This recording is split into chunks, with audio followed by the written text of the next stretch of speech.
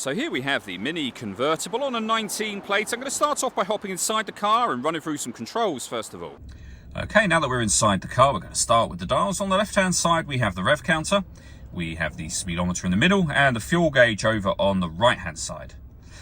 Also in the middle, you can see the trip computer, which includes the total miles for this car. They are 26,545. You can change information that's displayed above that by pressing a button on the end of the indicator stalk. You can, for example, have a digital readout for the speedometer displayed there, should you wish to. If we back out to the steering wheel, we have cruise control and speed limiter, and then stereo and phone controls. The phone controls can only be used after you pair the phone up to the car, which is done over on the screen in the center just here, under the communication heading, and then manage mobile devices. All of the movement I'm making on the screen is being done using this dial just here. You can use the buttons above it to select or enter certain menus. So for example, on the main menu, and then rotating that dial, you'll be able to enter your media and radio menu, where we got DAB, FM radio, Bluetooth audio, so you can stream your music wirelessly, and USB input as well. You can also pair your phone from this menu should you wish to. Speaking of phone, this car also comes with the phone holder that you see just here.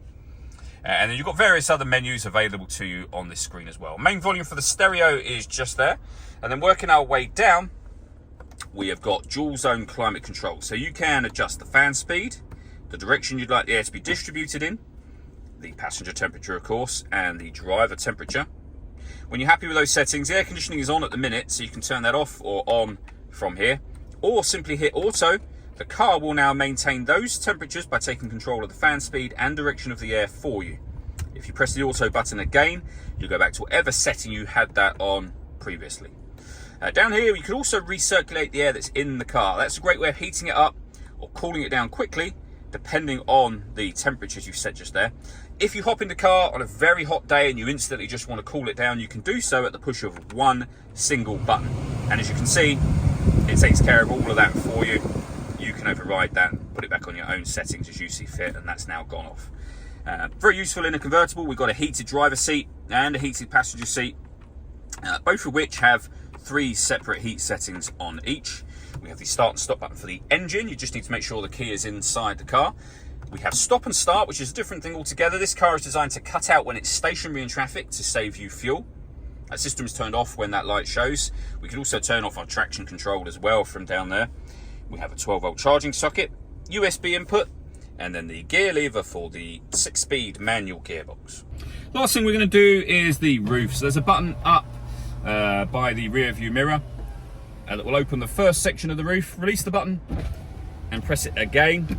All of the windows will go down and the roof will fold back. Very quick, as you can see, and it's as easy as that.